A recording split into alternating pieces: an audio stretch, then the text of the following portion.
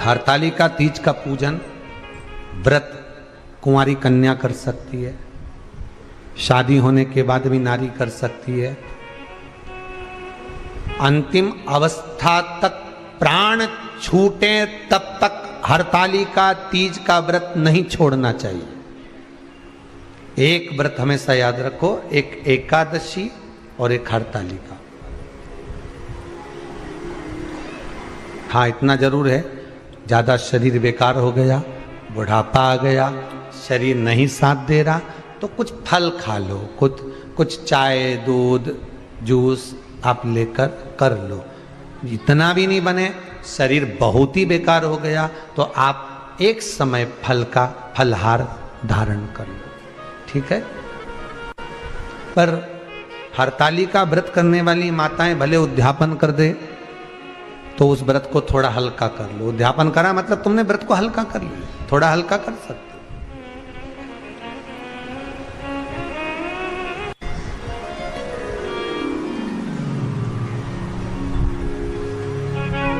हरतालिका तीज का जो व्रत का उद्यापन करते हैं उसमें 5 चीज रखते हैं ना, 5 कपड़े स्त्री के, 5 कपड़े पुरुष के, 5 तरह का अनाज, 5 तरह का फलहार, 5 तरह का फल।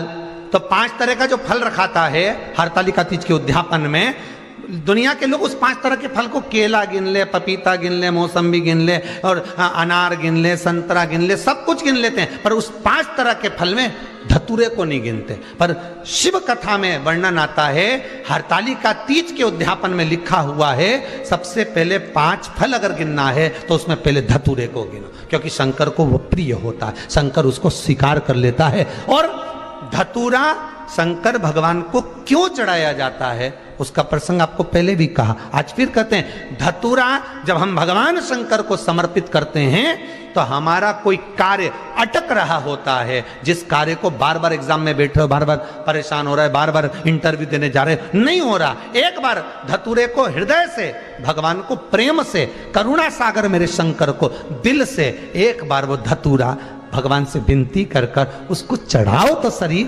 भगवान तुम्हारा कार्य सफल कर देगा। पर दिल से चढ़ाना, हृदय। हरतालिका तीज की पूजन करने वाले को चाहिए कि बालू का, मिट्टी का शिवलिंग बनाना चाहिए। फुलेरा जो बनाया गया है ऊपर शंकर जी के ऊपर लटकाने के लिए, टांगने के लिए, उसके नीचे शिव पार्वती गणेश जी की सुंदर बालू की मूर्ति बना लेना चाहिए, पार्थिव लिंग का निर्माण कर लेना चाहिए। शिव की आराधना करना चाहिए।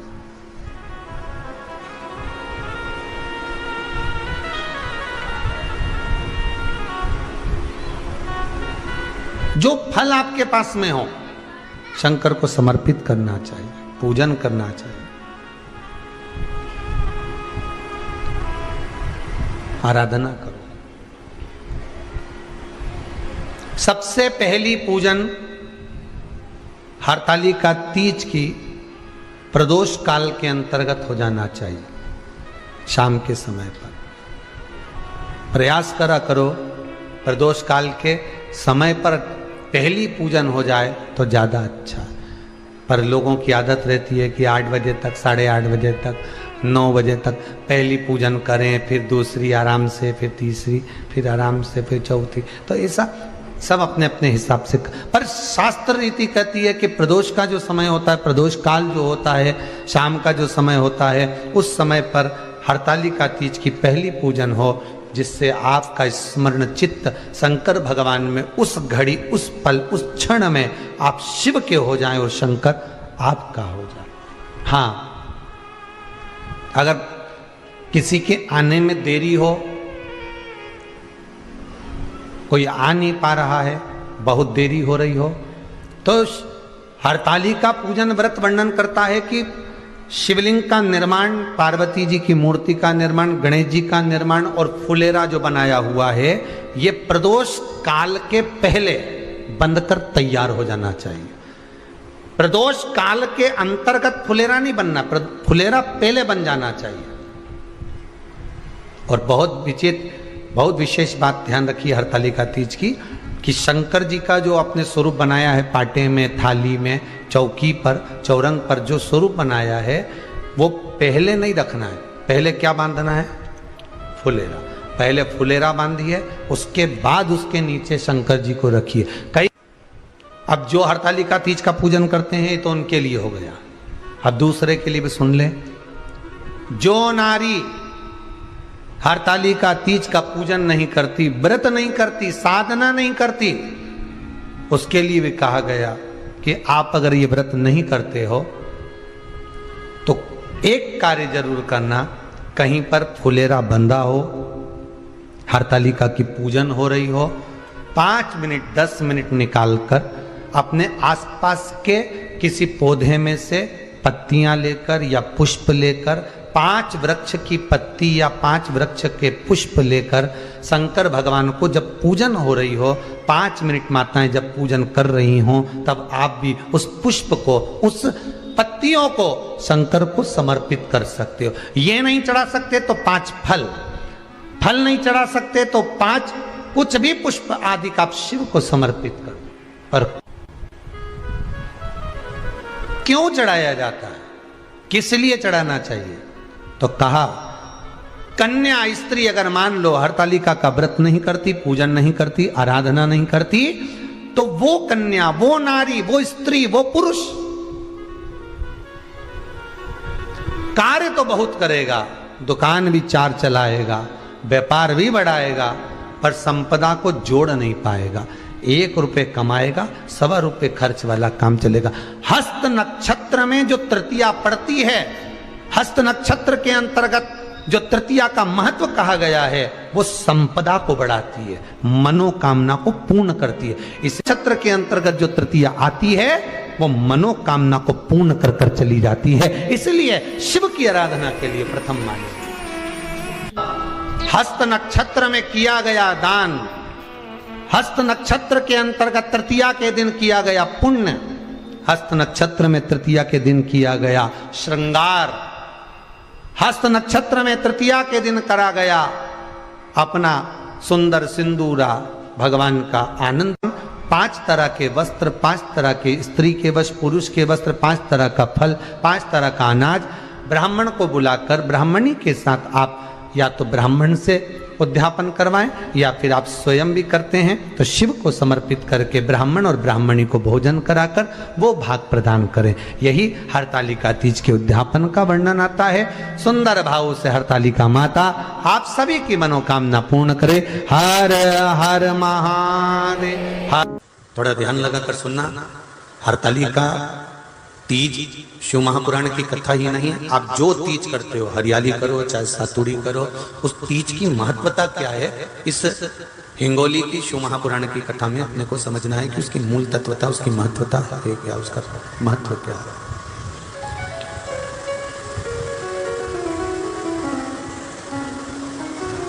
भगवान ब्रह्मा, भगवान विष्णु और भगवान शिव, इन तीनों की जो अर्धांगिनियां, ब्रह्मणी, लक्ष्मी और पार्वती, इन तीनों ने तप कर कर, साधना कर कर ब्रह्मदेव को, भगवान विष्णु को और भगवान शंकर को प्राप्त किया। और तीनों ने प्राप्त कर कर तीनों देवताओं से वर मांगा कि वर हमको ऐसा दीजिए कि हमारे तप साधना का फल नारी को तीज के दिन प्राप्त हो जाए। अब देखिए जरा, एक ही व्रत से, एक ही उपवास से उसको संपूर्ण तप साधना का फल प्राप्त हो रहा, संपूर्ण तप साधना का फल उसको मिल रहा,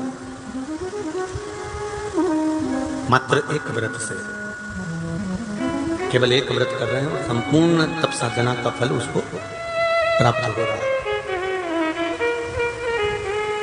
ऐसा कोई व्रत, ऐसी कोई साधना, ऐसा कोई शंभो शरण पड़ी मांगो घड़ी रे घड़ी मुख द्वारो, दया करी न दर्शन आपो, शंभो शरण पड़ी मांगो घड़ी रे घड़ी दुख का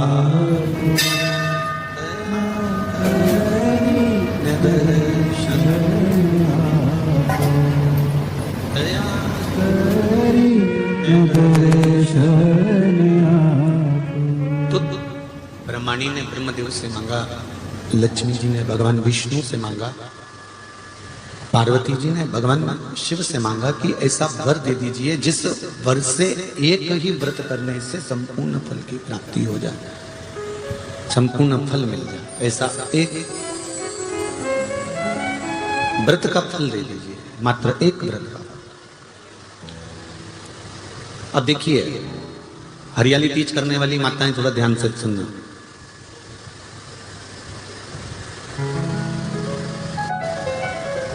हरियाली तीज जब माताएं करती हैं तो एक हरियाली तीज, एक गणगौर की तीज, ये दो तीज के व्रत ऐसे होते हैं जिसमें जब माताएं करती हैं तो उस समय पर उमा, ब्रह्माणी और लक्ष्मी, इन तीनों की आराधना का फल उसको केवल एक व्रत से प्राप्त हो जाता। अब देखिए दूसरा, सातुड़ी तीज।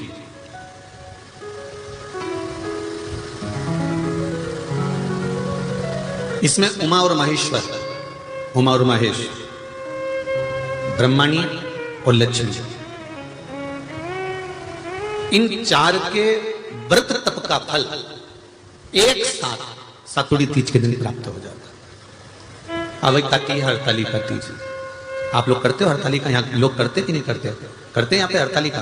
कौन कौन करता है? जरा हाथ उठाओ तो जरा। अरे सभी करते हो, रखो, बहुत बढ़िया, बहुत अच्छी बात है। एक आती है हरतालिका तीज।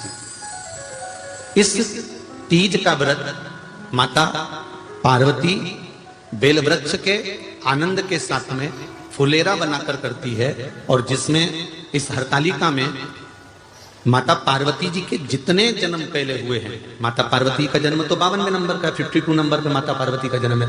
इससे पहले तो माता के 51 जन्म पहले हो चुके हैं, 51 जन्म माता पार्वती का पहले हो चुके हैं। तो वो जितने जन्म माता पार्वती पूर्व में ले चुकी हैं, ब्रह्माणी जितनी बार ब्रह्मदेव के साथ में विराजमान हो चुकी हैं, इंद्राणी जितनी बार इंद्र के साथ विराजमान हो चुकी हैं, और लक्ष्मी चाहे वो राधा के रूप में हो, चाहे वो रुक्मणी के रूप में हो, चाहे वो सतभामा के रूप में हो, चाहे वो यमुना के रूप में हो, चाहे वो गंगा के रूप में हो, जितनी बार माता लक्ष्मी ने रूप धारण करे हैं वो सब रूप में, और माता पार्वती अपने सारे रूप में, ब्रह्माणी अपने सारे रूप में, लक्ष्मी अपने सारे रूप में इस हरतालिका तीज के व्रत को करने के लिए आतुर रहती हैं। और इस व्रत को कर कर एक दिन में ही संपूर्ण विश्व का जितना तप है, साधना है, उपवास है, सबका फल एक साथ एकत्रित कर लेती हैं केवल एक व्रत में, हरतालिका तीज। अब एक बात ध्यान से सुनिएगा, सारे व्रत, आपका अगर स्वास्थ्य खराब हो गया तो आप व्रत छोड़ सकते हो। जितने भी व्रत आप लोग कर रहे हैं पूर्व के, सोमवार, मंगलवार, एकादशी, छठ, पंचमी, चतुर्थी, अगर आपका स्वास्थ्य खराब है तो आप उस व्रत को छोड़ सकते हो, सारे व्रत को छोड़ सकते हो। पर तीज का जो व्रत होता है, हरतालिका जो व्रत होता है, ये व्रत एक बार लेने के बाद जब प्राण छूटते हैं तभी ये व्रत समाप्त होता है, अन्यथा बीच में ये व्रत समाप्त नहीं। ये व्रत समाप्त होता ही नहीं। अगर शरीर से नहीं बनता कि अब हमारी अवस्था हो गई, अब शरीर से नहीं बन रहा है, तो भले एक पहर की पूजन कर कर, एक पहर का नियम धारण कर कर, एक पहर का स्मरण कर कर, एक पहर का पूजन कर धारण करो, और उसके बाद में भले आप थोड़ा सा जो भी आपको लेना है वो कर लो, पर इस व्रत को करना ही पड़ता है। इस व्रत का नियम ही यही है। इस व्रत पार्वती मैं तुम्हें प्राप्त हुआ हूं, यह हरतालिका तीज के व्रत का फल है। शिव जी कहते हैं पार्वती, जो नारी हरतालिका तीज के व्रत का स्मरण करती है, फुलेरा जो बांधा जाता है उसमें 5 माला से ज्यादा माला लटकना चाहिए, 5 से कम नहीं। कितनी? जैसे माला जो लटकाते हो वो 5 से ज्यादा होना चाहिए। 5 तो जया, विषहरा, शामली बारी, दौतली, देव, इससे अधिक होगी चलेगा, पर इससे कम फुलेरे के अंदर माला नहीं होना चाहिए महाराज। दूसरा, फुलेरा जहां हरताली का व्रत हो वहीं पर बांधा जाता है। हरताली का तीज का व्रत एक ऐसा व्रत होता है जो मरते दम तक रहता है। इस व्रत को छोड़ा नहीं जाता। ये नहीं कि सियोर वाले गुरुजी ने कहा और अपन ने एक बार कर लिया और अगली बार वो व्रत गायब हो गया, ऐसा नहीं होता। हरताली का तीज अखंड सौभाग्य के लिए, वंश वृद्धि के लिए, कार्य सिद्धि के लिए और कुंवारी कन्याएं उत्तम वर प्राप्ति के लिए, आनंद सुख के लिए करती हैं। ऐसा नहीं है कि केवल स्त्री ही करती है। जब नारी किसी कारणवश व्रत नहीं कर पाती तो पुरुष इस व्रत को धारण करते हैं। 30 अगस्त को, यही 30 तारीख को, कल 29 है, परसों 30 तारीख को हरताली का तीज रहेगी। आप सब अपने हृदय से, मन से इस व्रत को कर कर अपने जीवन को सार्थक बनाइएगा। जो करते हैं, कितने लोग करते हो जरा हाथ उठाइए हरताली का तीज। इतने सारे करते हो, अरे बाबा कर लो, प्रणाम प्रणाम, आपको बहुत बहुत नमन करता हूं, बहुत बहुत सारा। फुलेरा बांधते हो? नहीं, अब की बात बांधना। मंदिर में करते हो तो मंदिर में, घर में करते हो तो घर में। फुलेरा वंश की वृद्धि करता है, फुलेरा अखंड सौभाग्य देता है, फुलेरा मन की कामना को पूर्ण करता है। जो बेटियां जिनका विवाह नहीं हो रहा हो या बेटे जिनका विवाह नहीं हो रहा हो, वो 7 स्थान पर कहीं फुलेरा बंधा हो तो फोन लगाकर पूछना कहां बंधा है, वहां का दर्शन करने, एक फूल में हल्दी कुंकू लगाकर शिव जी को चढ़ाकर फिर वहां से जाना। 7 स्थान के फुलेरे का दर्शन अवश्य करिएगा। जो व्रत नहीं करते हैं उनसे निवेदन है, कहीं हरताली का हो रही हो तो वहां बैठकर अगर भजन हो रहे हो तो थोड़ी देर भजन गाने चले जाना। अपने मोहल्ले में, कॉलोनी में, सोसाइटी में कहीं हरताली का तीज का व्रत हो रहा हो तो 2-4 मिनट जाकर दर्शन जरूर करना, जिससे भोलेनाथ आपका अखंड सौभाग्य करे और आपके मन की कामना पूर्ण